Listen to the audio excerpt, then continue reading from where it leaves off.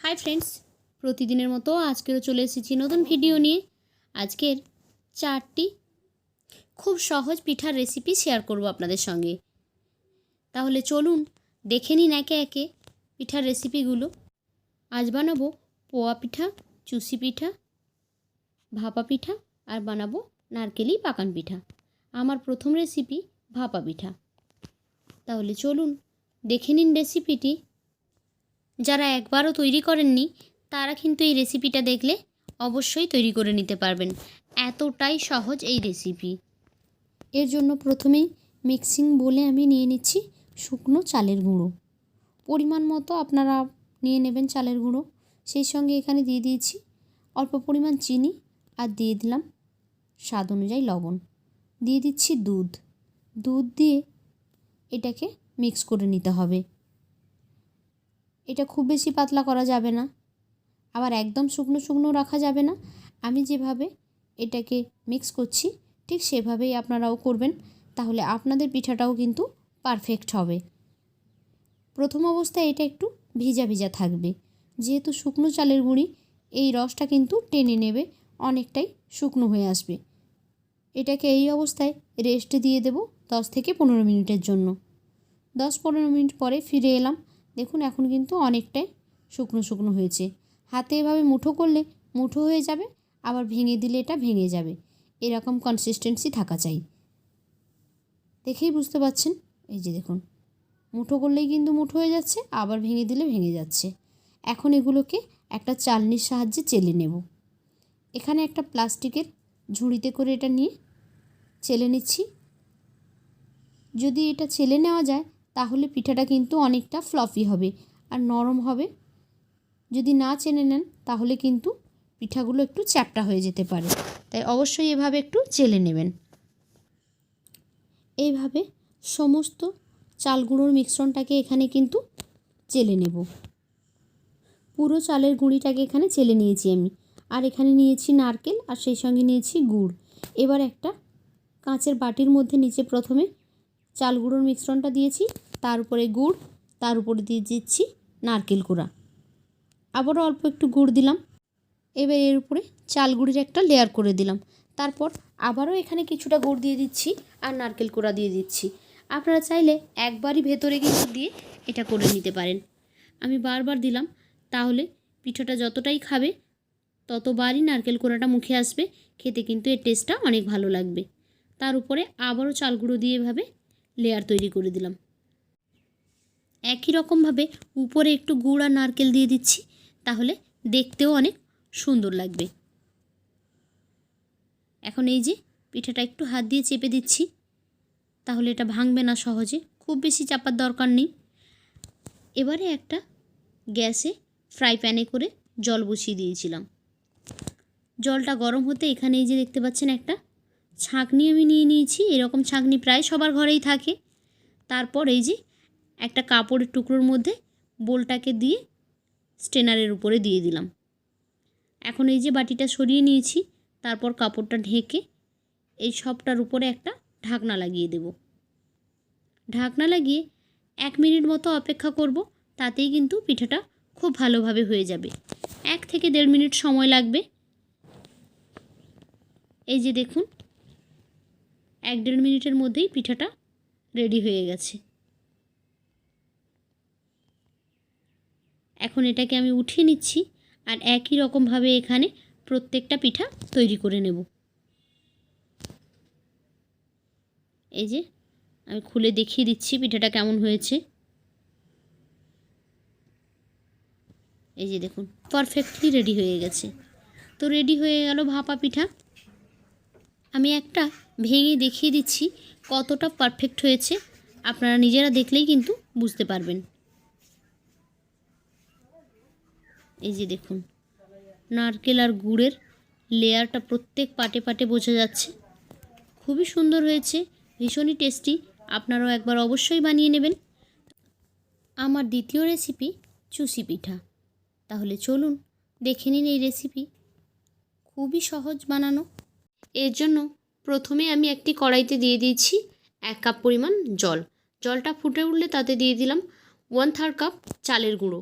চালের গুঁড়োটা দিয়ে একটু নেড়ে চেড়ে 5 মিনিট মতো এটাকে আমি ঢেকে রেখে দেব, যাতে খুব ভালোভাবে এই চালের গুঁড়োটা কুক হয়ে যায়। ফিরে আসছি 5 মিনিট পরে। 5 মিনিট পরে এটাকে আমি তুলে হাত দিয়ে খুব ভালোভাবে ঠেসে ঠেসে একটু ময়ান দিয়ে নেব। তবে এটা একেবারে ঠান্ডা করা যাবে না, হালকা গরম অবস্থাতে যদি ঠেসে নিতে পারেন তাহলে খুব ভালো হয়। তবে মনে রাখতে হবে খুব ভালোভাবে এটাকে কিন্তু ময়ান দিতে হবে। যত ভালোভাবে ময়ান দেবেন পিঠাগুলো কিন্তু তত ভালো স্মুথ হবে।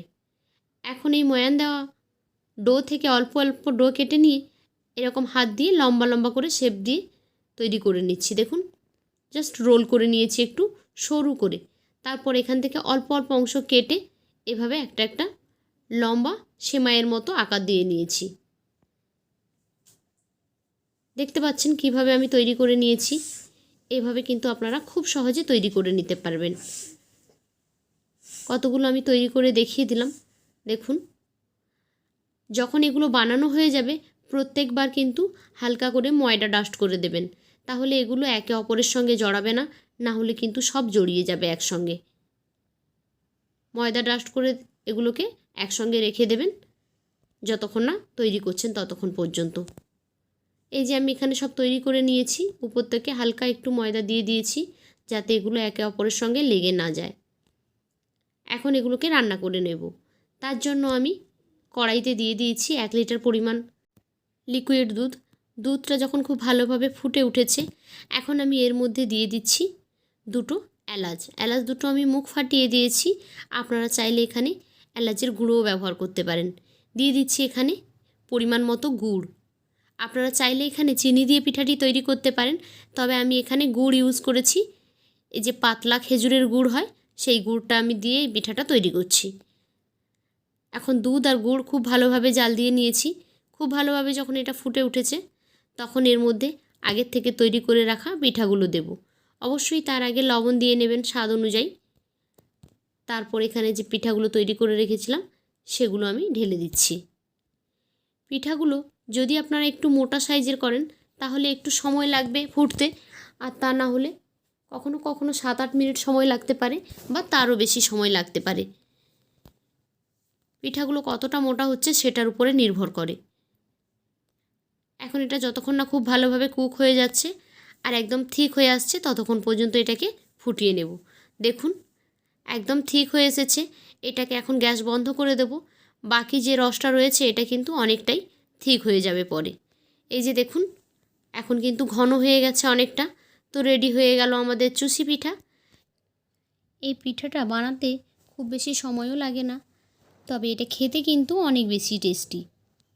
অবশ্যই আপনারা একবার কিন্তু এই শীতে ট্রাই করবেন। আমার তৃতীয় রেসিপি পোয়া পিঠা। ঘরে থাকা শুধুমাত্র ভাতের চাল দিয়ে এই পিঠাটি বানিয়ে নিতে পারবেন। তাহলে চলুন দেখে নিন একবার রেসিপি। প্রথমে আমি এখানে নিয়েছি চাল, রেগুলার যে ভাতের চাল হয় যেটা দিয়ে আমরা ভাত রান্না করে থাকি সেই চাল। 3 ঘন্টা মতো আমি ভিজিয়ে রেখেছিলাম। তারপর মিক্সিং জারে দিয়ে এটাকে ব্লেন্ড করে নিয়েছি। খুব মিহি একটা পেস্ট বানিয়ে নিয়েছি। এখন এর মধ্যে দিয়ে দিচ্ছি স্বাদ অনুযায়ী লবণ, দিয়ে দিচ্ছি 1/3 কাপ চিনি। চিনিটা আপনারা কম বেশি একটু করে নিতে পারেন, যে যেমন মিষ্টি খাবে সেই অনুযায়ী। এখন একটা হ্যান্ড উইক্স দিয়ে খুব ভালোভাবে এই চাল বাটার সঙ্গে চিনিটাকে মেল্ট করে নিচ্ছি।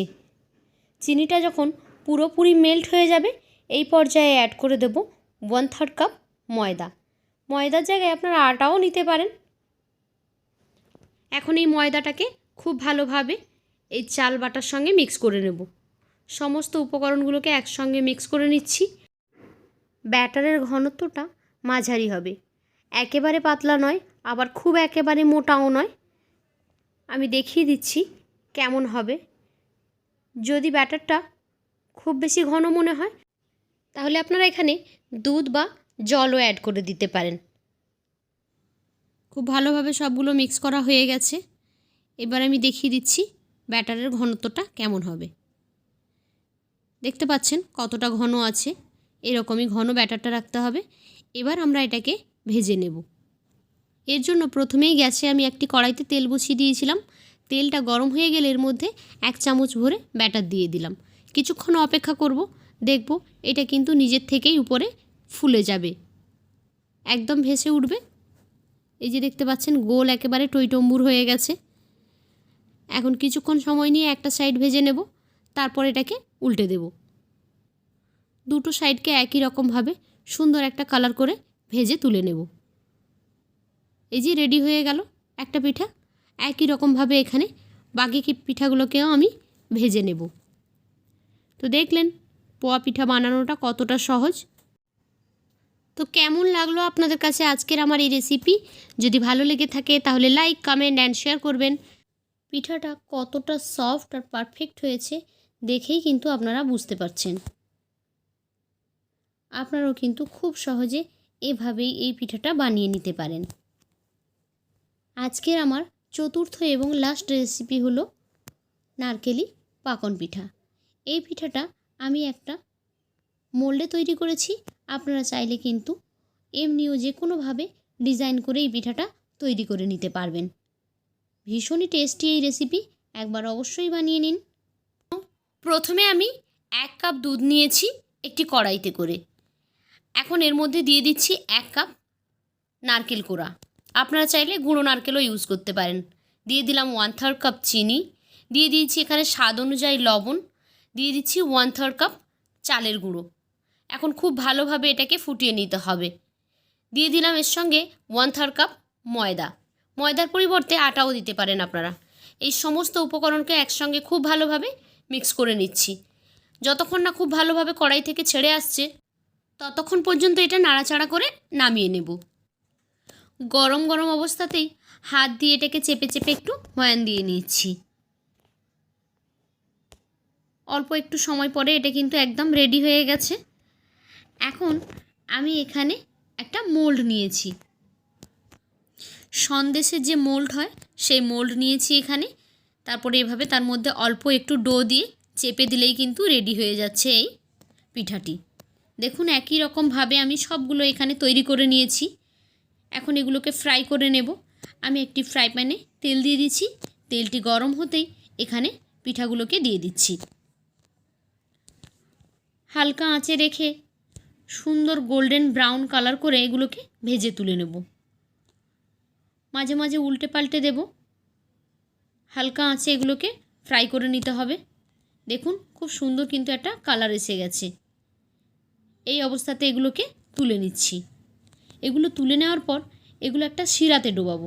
তার জন্য এখানে আমি 1/2 কাপ জল আর 1/2 কাপ চিনি দিয়েছি। জাস্ট চিনিটা একটু মেল্ট হয়ে যাওয়া পর্যন্ত অপেক্ষা করব। কোনো রকম এক তার দু তারের শিরার প্রয়োজন নেই।